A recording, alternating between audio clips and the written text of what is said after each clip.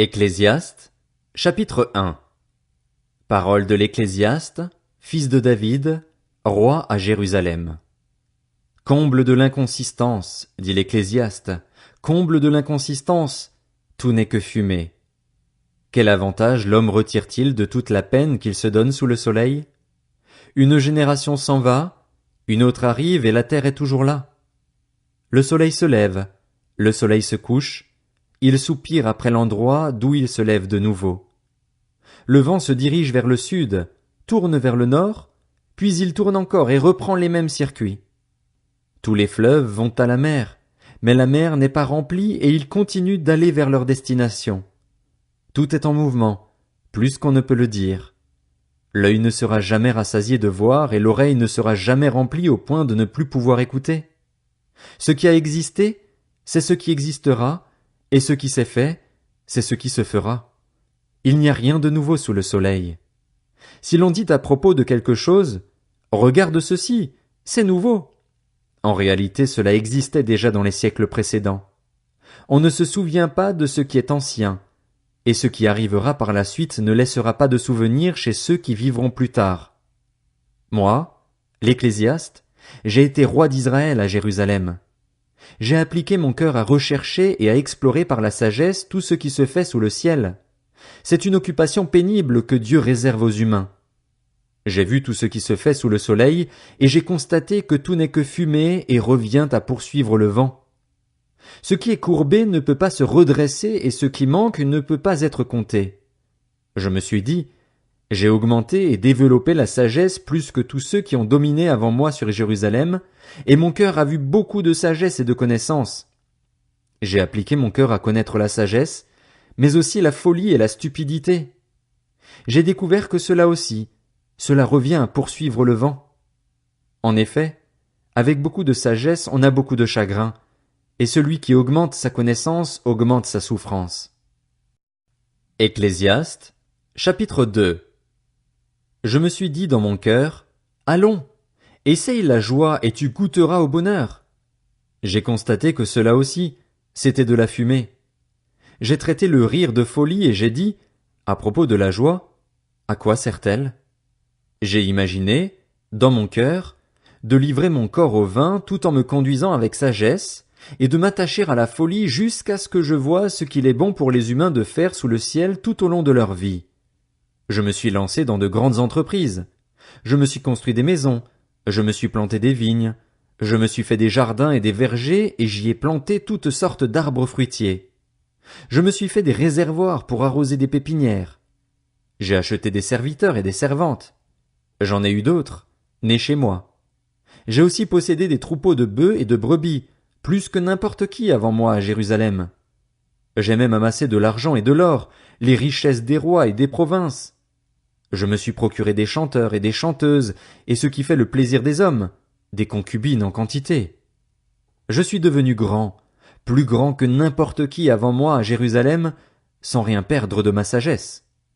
Je n'ai rien refusé à mes yeux de tout ce qu'ils réclamaient, je n'ai privé mon cœur d'aucune joie.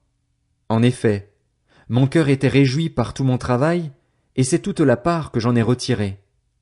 Puis j'ai réfléchi à tout ce que mes mains avaient entrepris, à la peine que j'avais eue pour le faire, et j'ai constaté que tout n'est que fumée et revient à poursuivre le vent. Il n'y a aucun avantage à retirer de ce qu'on fait sous le soleil. J'ai réfléchi à ce qui caractérise la sagesse, la folie et la stupidité. En effet, que fera l'homme qui succédera au roi? N'est-ce pas ce qu'on a déjà fait? J'ai vu que la sagesse a sur la folie le même avantage que la lumière sur l'obscurité. Le sage a ses yeux bien en place, tandis que l'homme stupide marche dans l'obscurité. Toutefois, j'ai aussi reconnu que le même sort est réservé à l'un et à l'autre, et je me suis dit dans mon cœur, j'aurai le même sort que l'homme stupide. À quoi m'a-t-il donc servi d'être plus sage que lui? Et je me suis dit dans mon cœur, c'est encore de la fumée. En effet, le souvenir que l'on garde du sage n'est pas plus durable que celui que l'on garde de l'homme stupide, puisque, dès les jours suivants, tout est oublié. Comment se fait-il que le sage meure tout comme l'homme stupide? Alors j'ai détesté la vie. Oui, ce qui se fait sous le soleil m'a déplu, car tout n'est que fumée et revient à poursuivre le vent. J'ai détesté tout le travail que j'ai accompli sous le soleil et dont je dois laisser la jouissance à l'homme qui me succédera. Et qui sait s'il sera sage ou fou? Pourtant, il sera maître de tout mon travail, de tout le fruit de ma sagesse sous le soleil. Cela aussi, c'est de la fumée. J'en suis venu à désespérer à cause de toute la peine que je me suis donnée sous le soleil. En effet, un homme peut travailler avec sagesse, savoir-faire et succès, et il doit laisser le produit de son travail à un homme qui ne s'est donné aucune peine pour cela.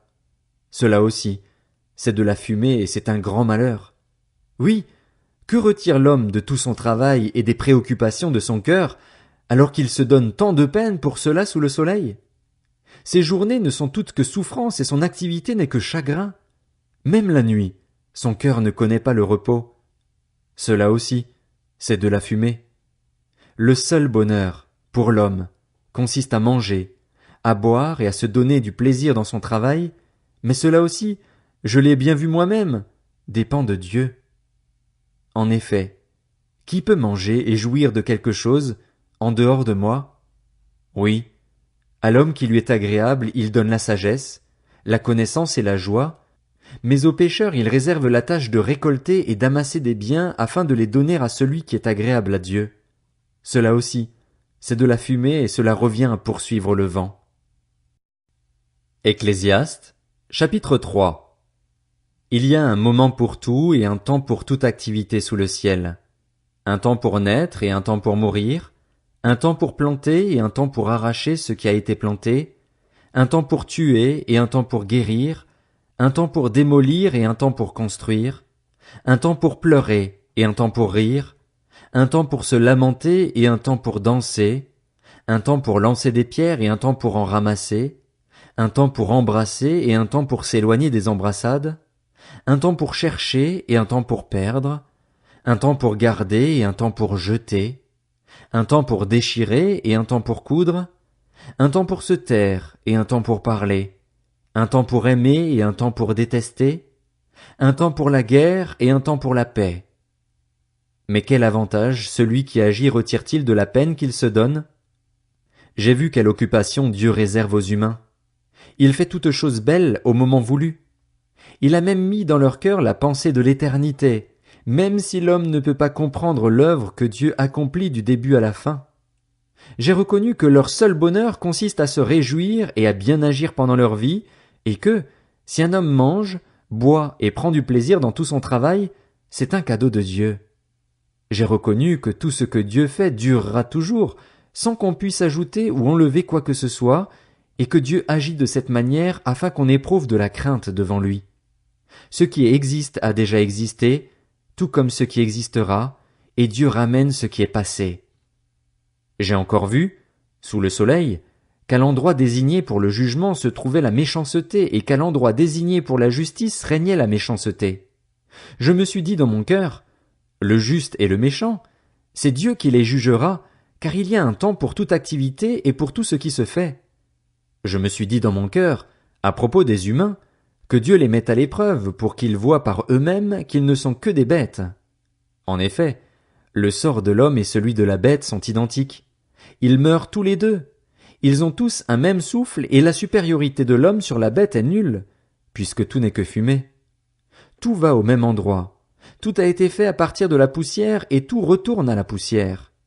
Qui sait si le souffle des humains monte vers les hauteurs et si le souffle de la bête descend dans la terre? J'ai vu qu'il n'y a rien de mieux pour l'homme que de se réjouir de ce qu'il fait. Voilà quelle est sa part. En effet, qui le ramènera pour qu'il voie ce qui sera après lui?